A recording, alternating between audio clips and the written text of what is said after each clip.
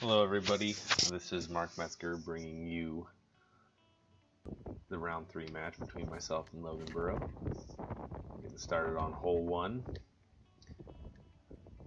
I'm going to throw the hyzer up to about 20-ish feet, and then Mr. Logan Burrow, otherwise known as LB, going to take a nice little flex line straight up the middle and absolutely park it. And then right off the bat, tricky putt, left to right wind, never gave it a chance, and Logan is going to quickly go one up on myself. Going into hole 2. LB turns over his FD a little bit and is going to end up in the right tall grass, about 50-60 short. And I never get my eagle turned over, and it actually ends up hitting a guy in the leg on hole 3's tee pad. So that was unfortunate. LB just gonna toss a little forehand out. Okay, maybe not 50-60, maybe more like 80 to 100.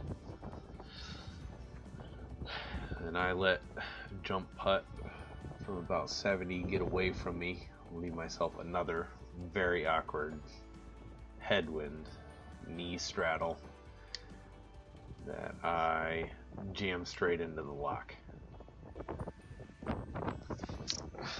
So after 2 holes, Logan is up 2 already. And we'll move on to hole 3.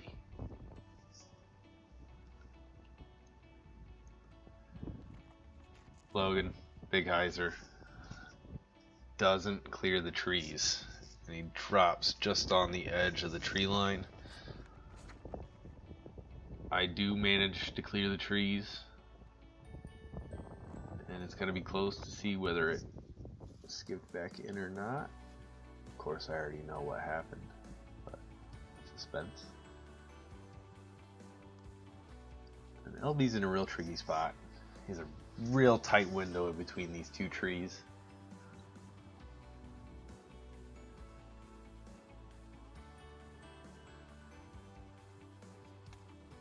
He just clips a little cabbage, takes a lot of speed off, is left with another 80-foot approach shot that the wind gets over and carries out of bounds.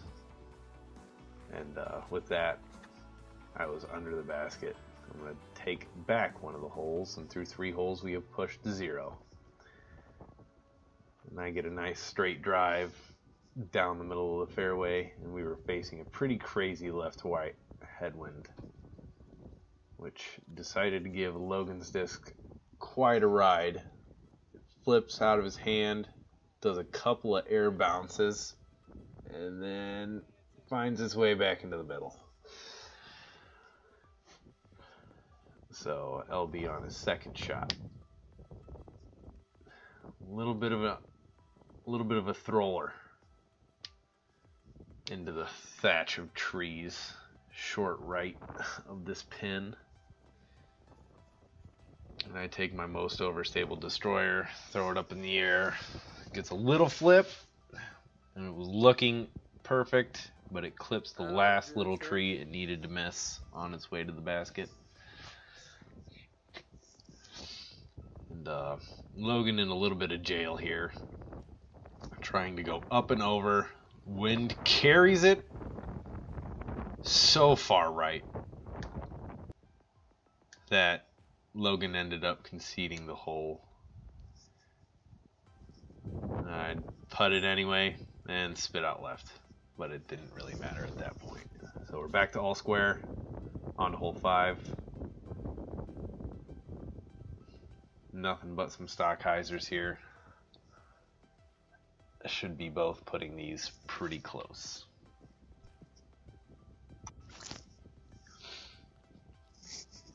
Logan's hyzers up and out.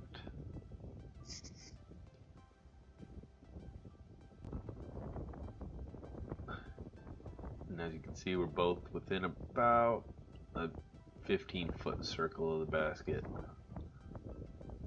And Whiteford does Whiteford things, tosses Logan out. Super sad to see. You never want to get a stroke or a hole like that. But we're on to hole 6. Right at the tree, just after the initial gap. Fall straight down. Have a pretty tricky approach shot into a ripping headwind. LB doesn't get his turned over, hits the trees up towards the basket and kicks left.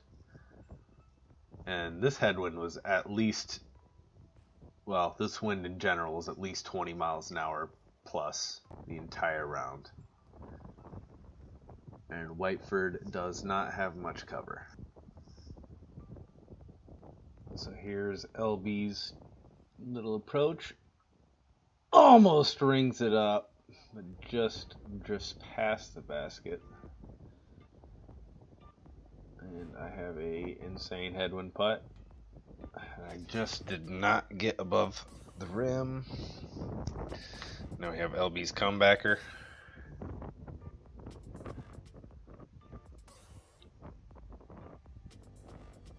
Just sails it over the top. Now his comebacker from about the same distance into the headwind is drained. You gotta love the old why not do it the first time putts. On to hole 7. I throw a getaway nice and flat into a pretty stiff tailwind and end up in a not too bad spot. And LB here throws a little hyzer flip. Unfortunately, it flips a little too much and ends up near 5's tee pad with a nice little lane straight to the basket.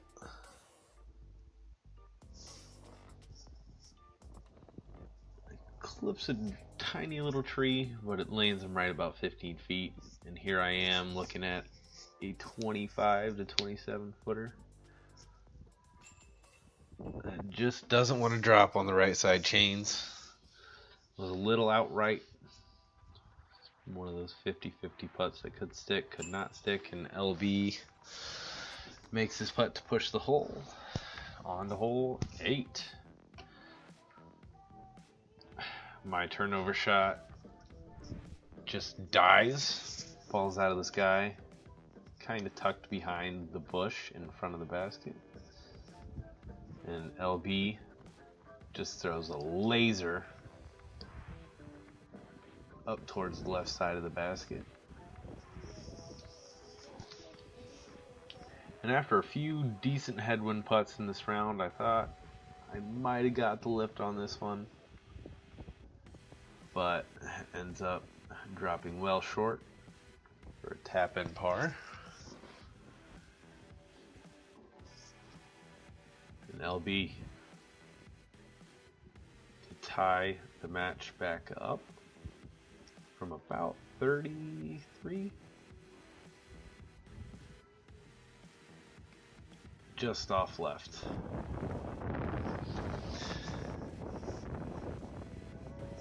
And LB will be pushing the hole with me right next to the basket. We'll do a little self tap-in cam. And myself stays 1 up on the match. Hole 9, big hyzer over the tree and OB path. Parked.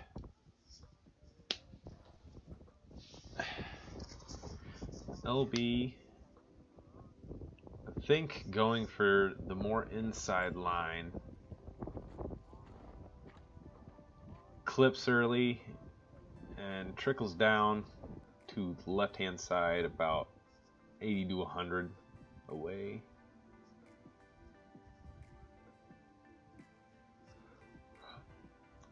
Little forehand approach.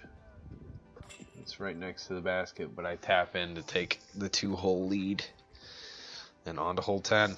Throw the medium flex shot, and my disc just kind of hangs out right, leaving me a longer putt than you would like on this shorter hole, one of the muskets on the course.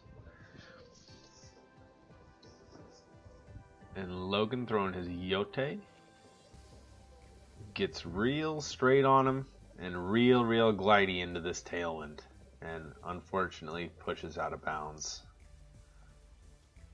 So we've got this awkward lie, a lot of brush right in his swing.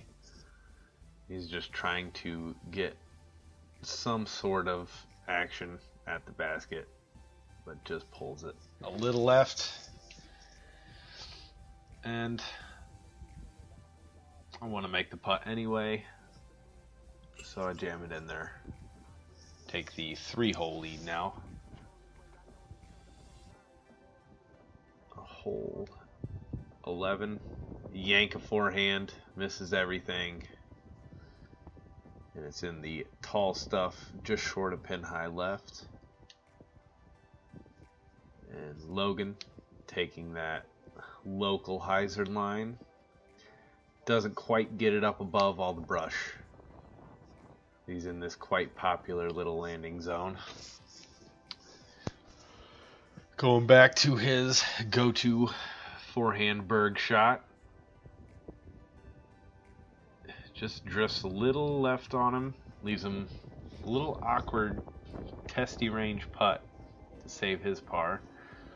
And I am somewhere back in those woods, tossing out a little grenade putt, so it does not sail into the headwind we were throwing into. And here we have LB for par, and he just doesn't get it above the rim.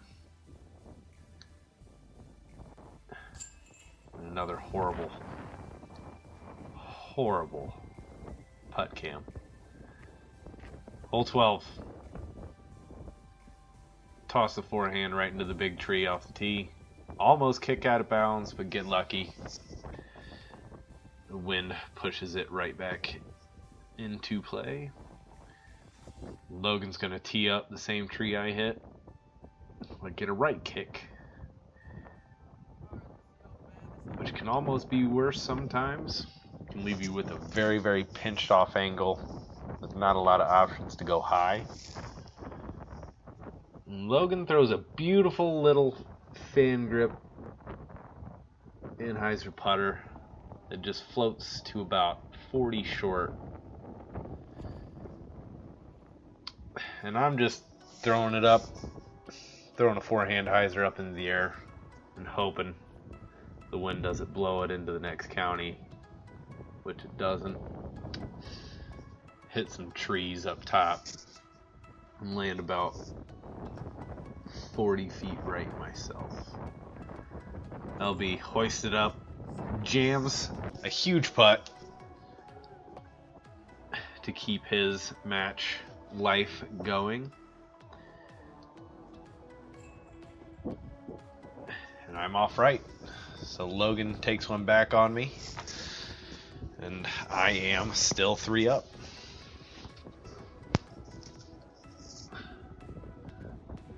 The treacherous hole 13. Logan goes sneaky inside route. Gives himself a very good look at a birdie. And I immediately decide to hit first tree on the left, but play a nice little recovery shot with my AVRX3 that nestles to within 10 feet of the basket. Now, LB to get 2 straight holes on myself from about 28.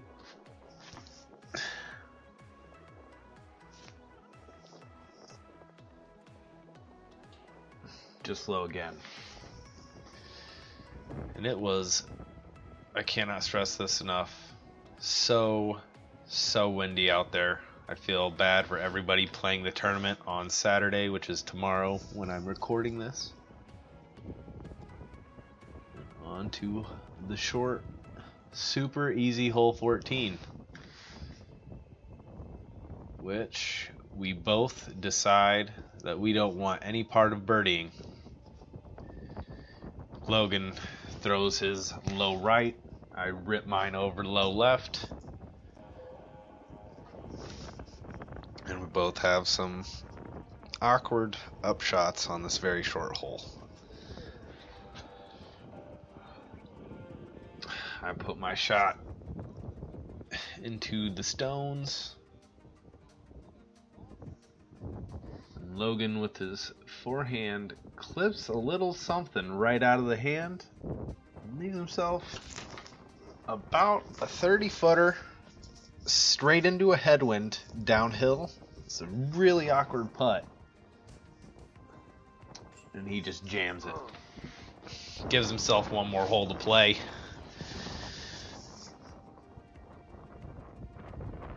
That's the name of the game when you're down. Just keep giving yourself opportunities. Logan turns his drive on hole 15 off to the right. Gives himself about a 45-footer.